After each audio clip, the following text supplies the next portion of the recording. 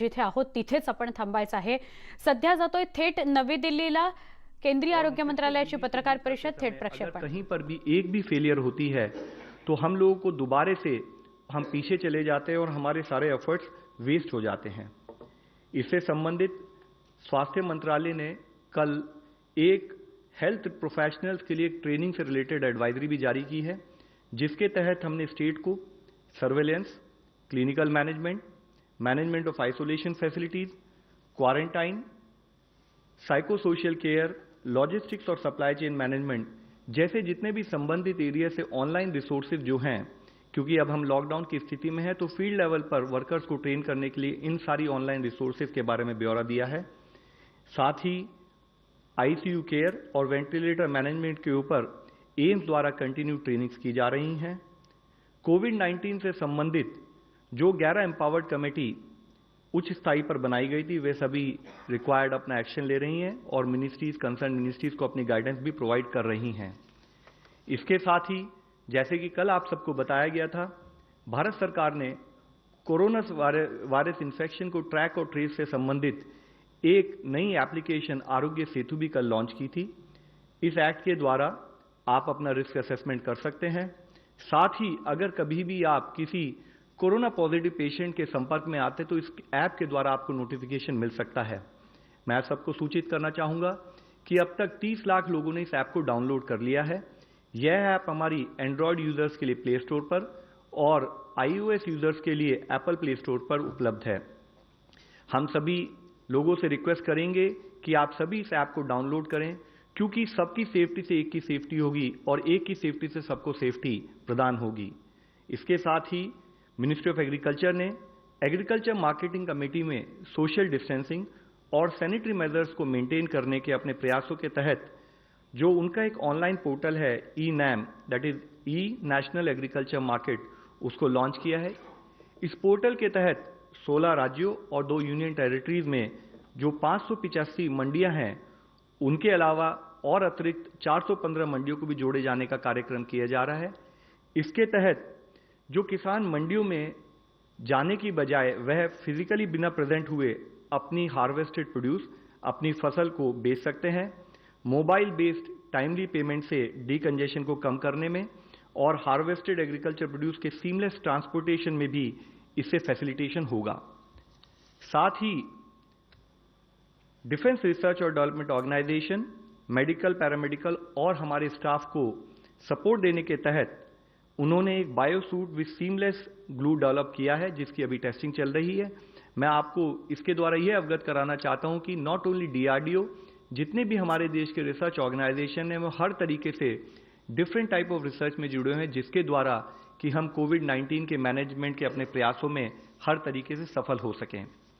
केंद्रीय स्वास्थ्य मंत्री माननीय डॉक्टर हर्षवर्धन जी ने भी मरीजों और उनके परिजनों से अपील की है कि वे डॉक्टर और अन्य चिकित्सा कर्मियों के कार्य में बाधा न उत्पन्न होने दें। उन्होंने कहा है कि चिकित्सा कर्मी किसी भी प्रकार के दुर्व्यवहार और अवांछित व्यवहार पर उन्होंने चिंता व्यक्त की है। उन्होंने कहा कि ये कोरोना के योद्धा अपनी निरंतर और निष्ठापूर्वक सेवा के द्वारा कोरोना को नियंत्रण करने के भरसक प्रयास कर रहे हैं।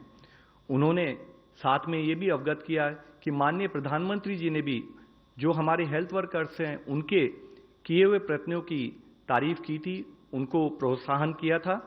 उन्होंने कहा है कि इन कोरोना योद्धाओं के परिश्रमों के कारण ही आज देश में 157 हमारे जो कोरोना रोगी हैं वो स्वस्थ हुए हैं। इनके कठिन परिस्थितियों में काम करने के समय में, गंभीर चुनौतियों के समय काम करने के समय में हमें इनको हर तरह का प्रोत्साहन देने की जरूरत है। इस चीज के लिए भी उन्होंने अपील की है। साथ ही माननीय प्रधानमंत्री जी ने आज सुबह देश को संबोधित करते हुए कहा है कि संकट के इस अनिश्चित समय में भारत ने अभूतपूर्व अनुशासन और सामूहिक भावना दिखाई है। माननीय प्रधानमंत्री जी ने यह भी कहा है कि 130 करोड़ भारतीय नागरिकों की सामूहिक शक्ति हर एक में है। हमें प्रकाश और आशा की ओर प्रगति करके कोरोना संकट से फैले अंधेरे और अनिश्चितता को समाप्त करना होगा। माननीय प्रधानमंत्री जी ने सभी देशवासियों से 5 अप्रैल को रात 9 बजे 9 मिनट के लिए अपने अपने घरों की बालकनी, छत से दिया, टॉर्च या मोबाइल की फ्लैश आदि कुछ भी जलाकर अंधकार से प्रकाश की ओर बढ़ने का आह्वान किया है।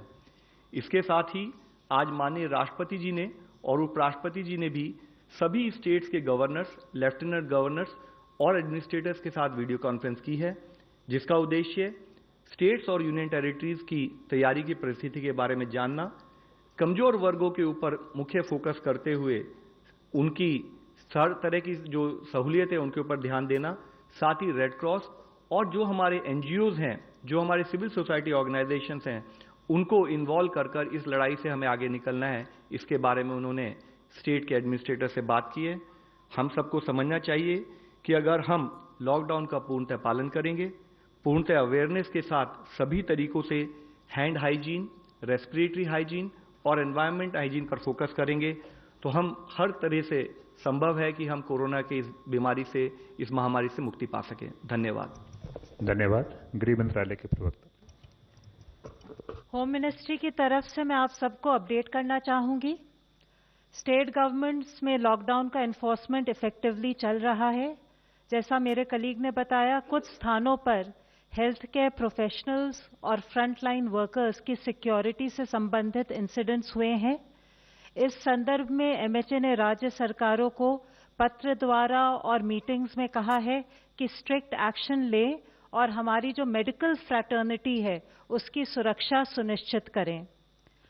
होम सेक्रेटरी ने कल पत्र लिखकर चीफ सेक्रेटरीज को इससे भी फिर से अवगत कराया है कि आज से प्रधानमंत्री गरीब कल्याण योजना पैकेज के अंतर्गत जो डिसबर्समेंट ऑफ बेनिफिट्स होना है उसके लिए सुचारू व्यवस्था करें।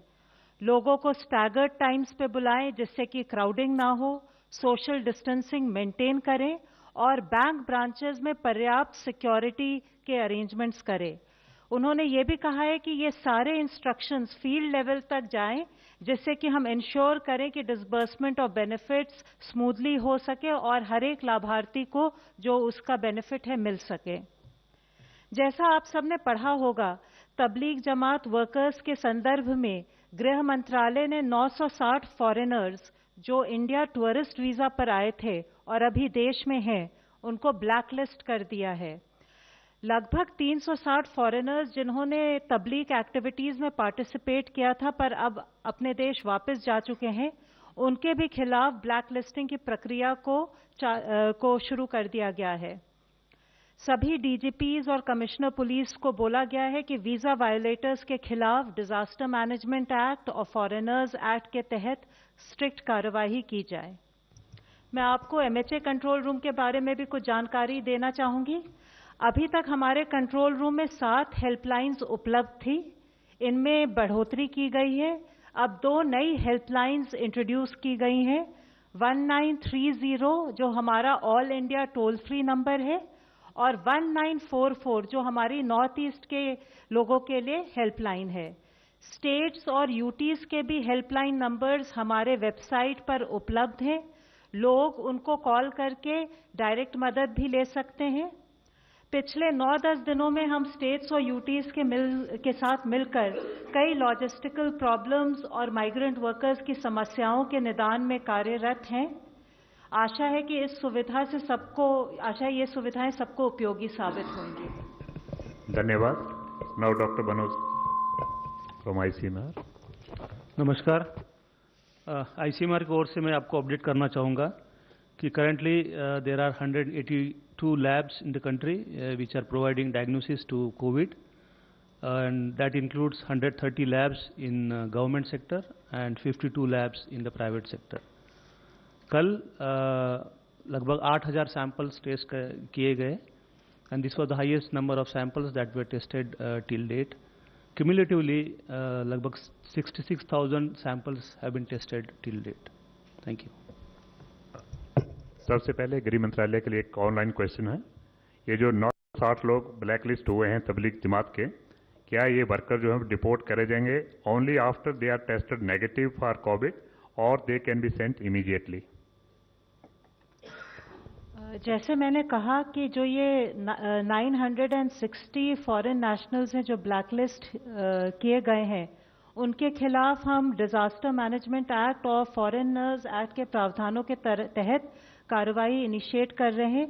Therefore, at this stage, deportation का सवाल नहीं है, पर as and when deportation होगा, वो standard health protocol follow करते हुए होगा. Mr. Jitendra Kumar, Univarta. Please use mic. Use mic. Please use mic. Hello, जितने भी अब तक मरीज आए हैं सर, उनमें 50 से नीचे कितने % है टोटल? सर मेरे पास ये डिटेल्स अभी अवेलेबल नहीं है कि हमारे पास ये डिटेल्स वैसे हैं अवेलेबल, बट मैं अभी लेकर नहीं आया हूँ, मैं आपको दे सकता हूँ. Ms. Paulmi Saha, India Today. So ICMR was to take a decision today on antibody rapid tests. Has a decision been taken, and will that suffice, or an RT-PCR test will also have to be done to confirm COVID? Yeah. Yesterday we had a meeting to discuss and finalize the guidelines for using rapid diagnostic tests, and we hope that by tomorrow we'll be able to release these guidelines. The primary purpose of these guidelines will be, or this discussion was how to deploy these tests in high-risk areas, in low-risk areas, hotspot areas and non-hotspot areas. तो कल तक के we will be releasing these guidelines. Thank you. एक online question है. How many deaths so far of those people who are linked to Tablighi Jamaat? Do we have any numbers so far about the death? देखिए अभी जो हमने deaths जो report हुई हैं, मैंने जैसे आपको बताया है कि कल से अगर आज तक में देखें तो टोटल 12 एडिशनल डेथ्स रिपोर्ट हुई हैं. उसमें से कुछ डेथ तबलीगी जमात से रिलेटेड हैं, बट इन टर्म्स ऑफ की एग्जैक्ट तबलीगी जमात से रिलेटेड कितनी है ये अभी हम लोग नहीं लाए हैं, but yes there are deaths related with that also. Last question, Kumar Kundan, TV9 Bharat.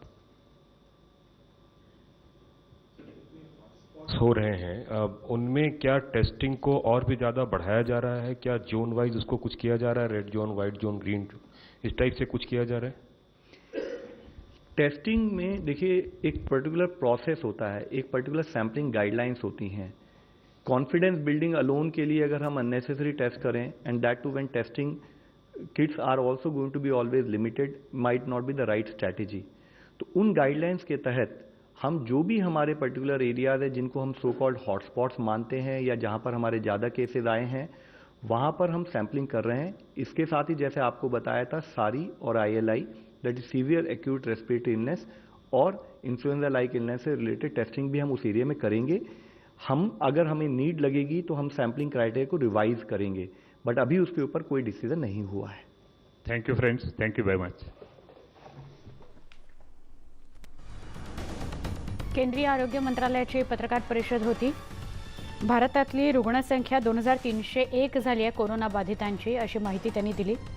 त्याचबरोबर 960 टुरिस्ट विजावर आलेले फॉरेनर्स ज्यांना ब्लॅकलिस्टेड केलं गेलेलं आहे, तबलिगी जमातच्या कार्यक्रमासाठी ते आलेले होते. आणि हेल्पलाईन संदर्भातली सुद्धा माहिती आरोग्य मंत्रालयाच्या या अधिकाऱ्यांनी दिली. यासह बुलेटिनमध्ये इथेच थांबणार आहोत. सगळ्यांनी स्वतःची काळजी घ्यायची आहे, नियम आणि निर्बंधांचं पालन करायचं आहे. जर तुम्ही अंतर पडलं तरच आपण कोरोना टाळू शकणार आहोत.